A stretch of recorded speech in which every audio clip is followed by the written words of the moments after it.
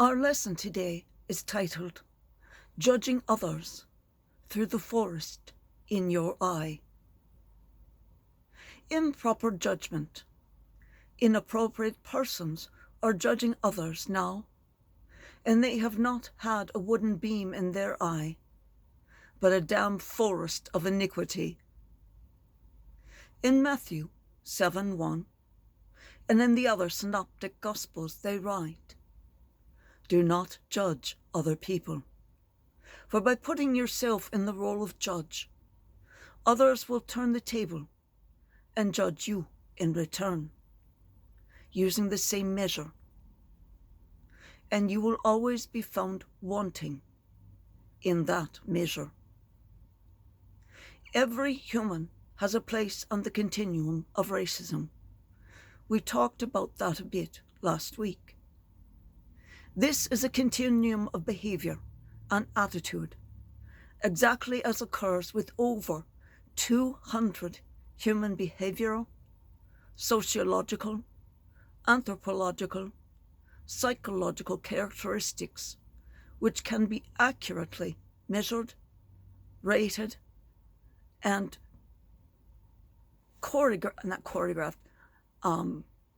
calculated by trained, unbiased clinical observers, and also through structured clinical interviews.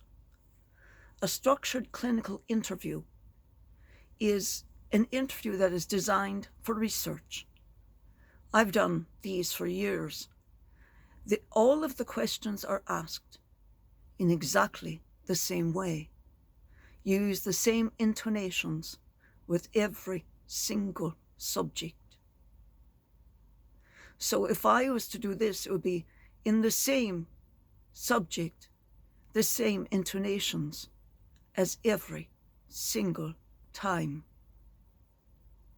And you feel like a total fool until about the third or fifth one, when you just don't think anymore. You put it in neutral. They can ask you questions, but you can only answer in certain ways. Regardless of the behaviour or responses the interviewee gives, the interviewer is invisible, non-reactive.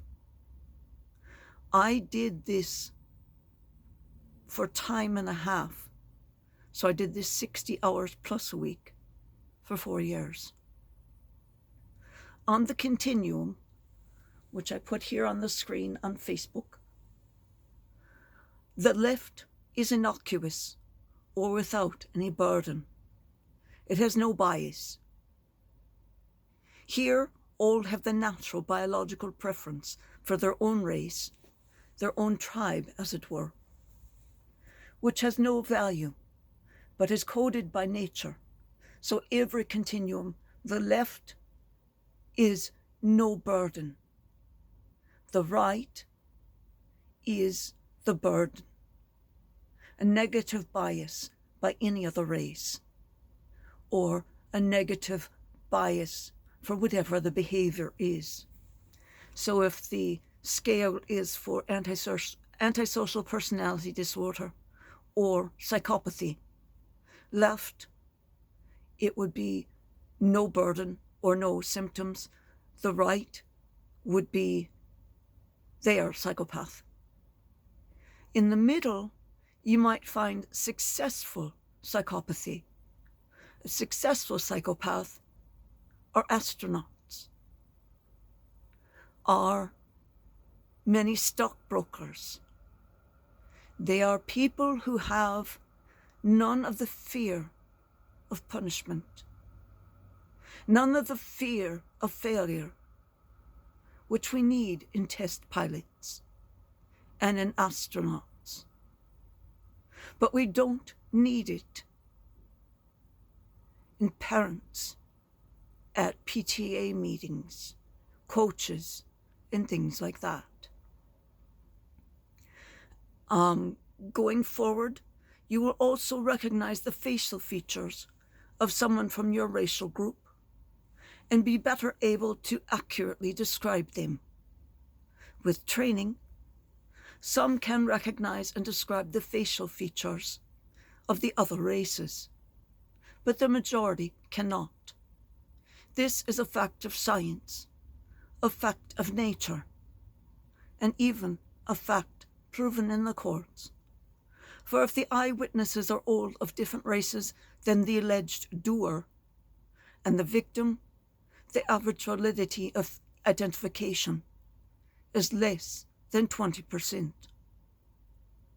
At the far right of the continuum is a side which is negative and carries the burden of sin.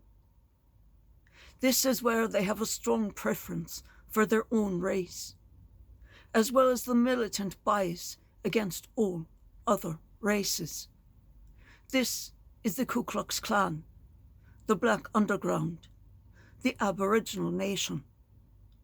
These are armed groups which fight for their race and against all others, killing any person who dares inbreed, marry to another race. The wooden beams and trees in the eye today are those who are uncomfortable with being white, or actually with not being black or Latino. When you think of those people, you know exactly of whom I'm speaking. They burden all others by labeling them as being very racist for not having the same racial angst as they have. But when you have an anti-racist being, you are more racist than anyone else. Sorry, had to have a coughing jag there for a minute. If you are saying, because I'm a white person and I will only marry somebody black or somebody Latino or Asian Pacific Islander, that is a knee-jerk reaction to your being white. And that, in and of itself, is violent, active racism. That it is against your own race doesn't change it. You are still violently, actively racist. The racial angst in and of itself is pure and unadulterated racism. That is the forest growing in their eye while they worry about the existence of biology in life. When a human is uncomfortable with their status on some characteristic, they react negatively in opposition to that status. If you are uncomfortable with your gender identity, you will act out against it or towards those whom you most identify. If you are white, uncomfortable being so, you lash out at other whites, but pretend to a race you aren't. You overcompensate towards the races you pretend to be, supporting places and businesses that you would never otherwise frequent. Then, when the pendulum springs back to the centre and you are normalized, in other words, being yourself again and not acting out, you never again go to those businesses or places as you did before, and you do not associate with those same people again. To support a business or place simply for it being black or minority owned is the epitome of racism. This is deigning to give your dollars and custom to the blacks, just as the daring whites did in the South during the times of Jim Crow. That you can't see it as racist, that you can't see it as truly a demeaning act of white racist is a lesser black shows how insensitive you are to these issues. And you, because of the forest of the iniquity in your eyes, you can't, or you refuse to ever see your role in demeaning the people who were created by God just as you are. They are your siblings under the Christ, just like you. But you refuse to ever acknowledge the life differences for those who had the intelligence to go to college, but worked twice as hard to rise up. Just as us poor white women who struggled to push and pull our way up out of that which held us down, the intelligent of the races fought similar battles as well as us against their own race, saying to them, "You want to be white. Education don't make you white. No matter how much school you get, you still be black." If you are acting out, and keep acting out, and keep calling the other regular, non-racist people, in other words, those to the left instead of to the right of centre, you will be adjudged by that same measure, and no return will be afforded you. Let me say that again. If you keep acting out and keep telling others, the regular, non-racist folk, and that they are racist, you will be adjudged by the same measure, and no return will be afforded you to come back. The statement or judgments of racism against someone when they aren't, but you are, is actually bearing false witness, which is a mortal sin.